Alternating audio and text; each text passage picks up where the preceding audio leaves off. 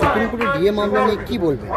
দেখুন, সুপ্রিম কোর্টে যে মামলা চলছে সেই মামলা তো আমরা পার্টি নই। আর আমরা যে আন্দোলন করছি সেই আন্দোলন বর্তমান রূপার যে বকেয়া মহার্ঘ ভাতা, যার পরিমাণ 36%, আমরা লড়াইটা মূলত সেটাকে সেটার কেকেই কেন্দ্রভূত করে রেখেছি, এবং তার সাথে স্বচ্ছ নিয়োগ, অস্থায়ী কর্মচারীদের স্থায়ীকরণ।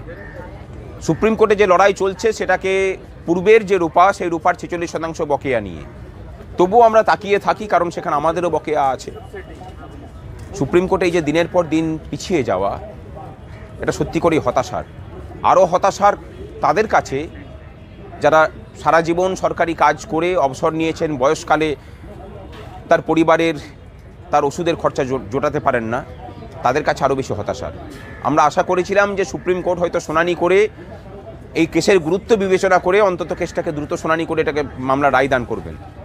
আজকেও হলো না, জানি না আমার কবে ডেট হবে।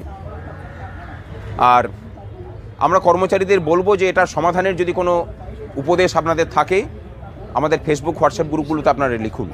সেই উপদেশ অনুযায়ী আমরাও যদি কোনো ভূমিকা গ্রহণ করতে পারি, আমরা রাজি আছি। এসডিএম কিছু ভাবছে এই মামলা নিয়ে?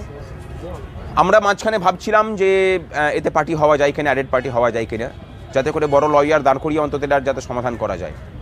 কারণ লিস্টিংটাই এমনভাবে হচ্ছে যে সেখানে কিছু করা সম্ভব হচ্ছে না। প্রথম দিকে লিস্টিং না থাকলে পরে সেই মামলার শুনানি হওয়া মুশকিল। আজকেও সেটাই দেখা গেল। তৎপরতা তো প্রয়োজন। মামলা ঝুললে পরে ক্ষতি সব পক্ষের, কিন্তু একমাত্র এক পক্ষের, সেটা রাজ্য সরকার ছাড়া বাকি সকল পক্ষের ক্ষতি।